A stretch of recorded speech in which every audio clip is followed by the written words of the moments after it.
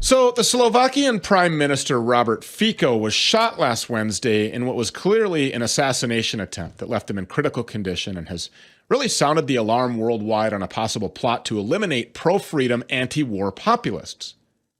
At least 4 shots rang out last Wednesday as Fico left a government meeting in a town a couple of hours outside of Slovakia's capital city, where on his way to his motorcade, he stopped to greet this crowd of citizens. Now, according to reports from the Prime Minister's office and the Slovak media, Fico was shot multiple times. He sustained wounds to the head and to the chest, as well as the stomach area.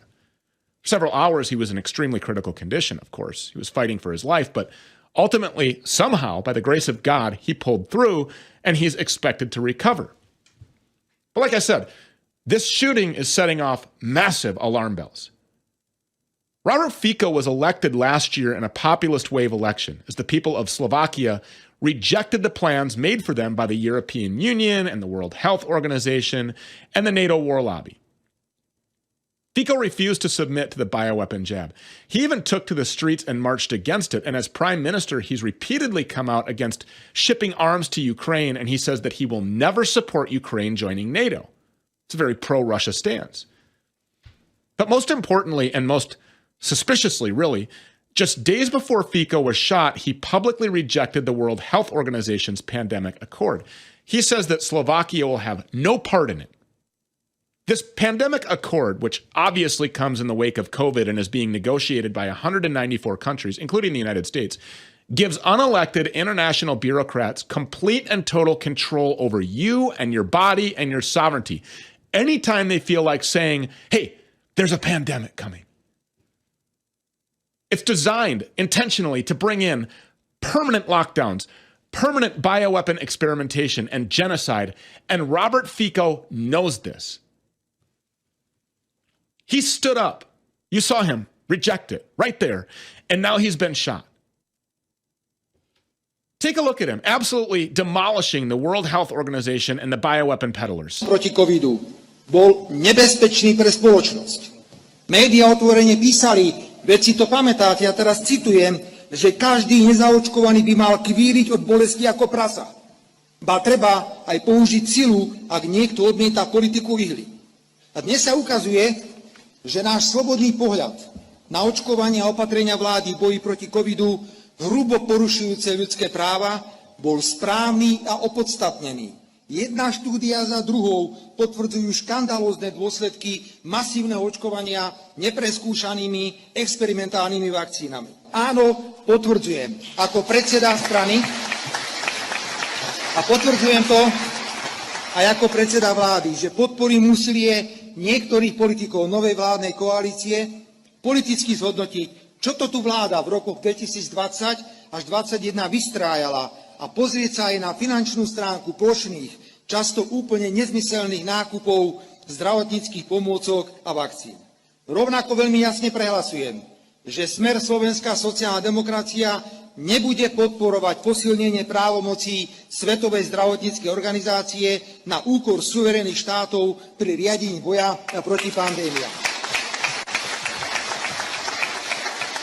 Poviem to, že takýto nezmysel mohli vymyslieť len nenažraté farmaceutické firmy, ktoré začali vnímať odpor niektorých vlád proti povinnej vakcinácii.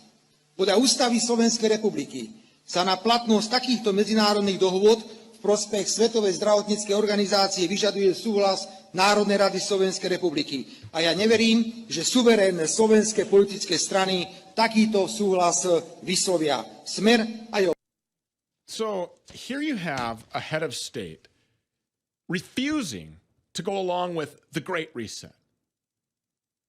His election was obviously an accident on behalf of the international clique. He wasn't supposed to win, but they somehow got lazy and then he snuck in. So now they're just trying to kill him. And of course, as usual, the shooter, the attempted assassin, has been identified as a total reject with nothing to lose, some 71-year-old guy, a pro-Ukraine writer and self-proclaimed poet who threw out a few talking points to the media when he was taken into custody, accusing Fico of not supporting the globalist press. The guy looks like he's straight out of a Lee Harvey Oswald Assassination Patsy catalog. So again, this entire situation stinks to high heaven. Vladimir Putin called it a wake-up call. And he's right. This is absolutely a wake-up call because chances are this wasn't random. This wasn't a one-off. No, this was planned. And we're definitely going to see it again. Jim Ferguson has some insight on international politics, and he joins us now for more discussion. Jim, thank you so much for coming back. Well, thanks very much indeed, Stu. Once again, delighted to be on the Stu Peters show where you give such detailed analysis. This is so important. What we're witnessing is actually horrific. And, I was in Croston, Ireland, just about 8 weeks ago. And somebody that I met there in O'Connell Street on the site of the 1916 uprising, and a politician by the name of Malachy Steenson, was also attempted to be assassinated by a far-left Antifa thug. And that happened just hours after Robert Fico's attempted assassination in Slovakia. There is an attempt to take out people who are on the right of centre. This is deeply alarming, and you're absolutely correct to point out that the World Health Organization, the Globalists, the United Nations, they all had a problem with Robert Fico. They have a problem with anybody that goes against the globalist narrative.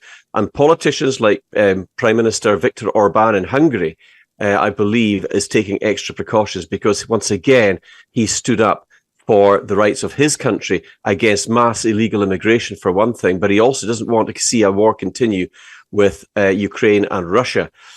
I wondered who might be behind all of this. Zelensky was strangely quiet, and I just wonder exactly who gave the orders. Yeah, it's funny that anybody who really stands on the rock of their nation's, borders or the interests of their people or the interests of their economy, anybody who puts their country first, anybody who wants to protect its citizenry, seems to be subject to these kinds of attacks, whether it be an assassination attempt or whether it be the Western media, the Zionist-controlled Western media, really making them out to be a boogeyman. It's no secret that the majority of the Slovak citizenry, that population there, is very pro-Russia. They support Russia. It's no secret that Vladimir Putin puts the interests of his people and his national security and his country first.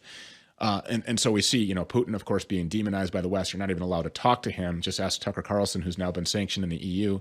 And, people here on American television, on mainstream TV, are calling for Tucker Carlson, or were shortly after that interview where he sat down with Putin, the president of Russia, who you're never supposed to hear from. They were calling for him to be tried for treason. That's a criminal penalty that includes death. Why? For talking to the president of Russia. And then, of course, now we see somebody who has pro-Russia policy, whose population is very pro-Russia. They're attempting to assassinate him. This is fascism. This is a rise of it's a strange blend between communism and fascism. World Economic Forum orchestrated. And let's not forget, the reason they despise and hate Vladimir Putin, the president of Russia, so much is because he was one of their young global leaders at one time. And he learned all their secrets. But when he was asked to sacrifice Mother Russia on the altar of globalism, he said, no way. He is a true patriot for the people of Russia. And he put Russian people first. He went back to Mother Russia and he said, I'm having no part of this. And that's why they will not forgive him. That's why they keep on trying to instigate wars. They keep on trying to provoke the bear.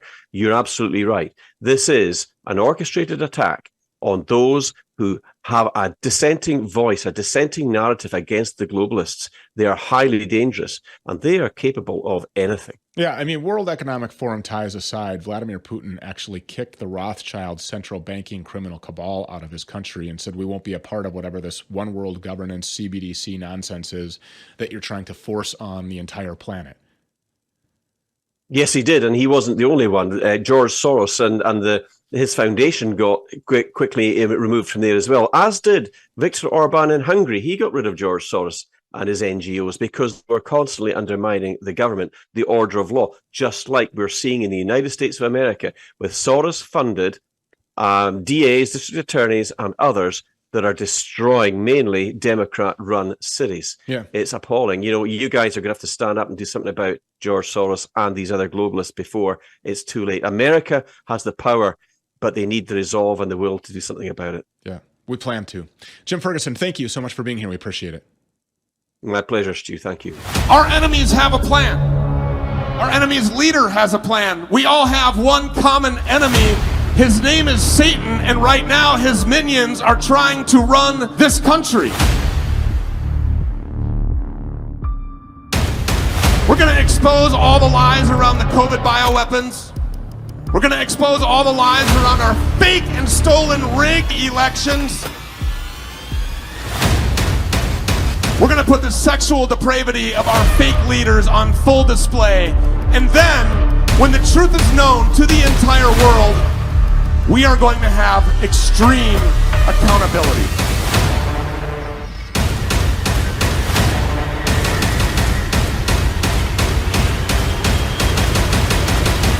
We will be the plan. We are never going to give up.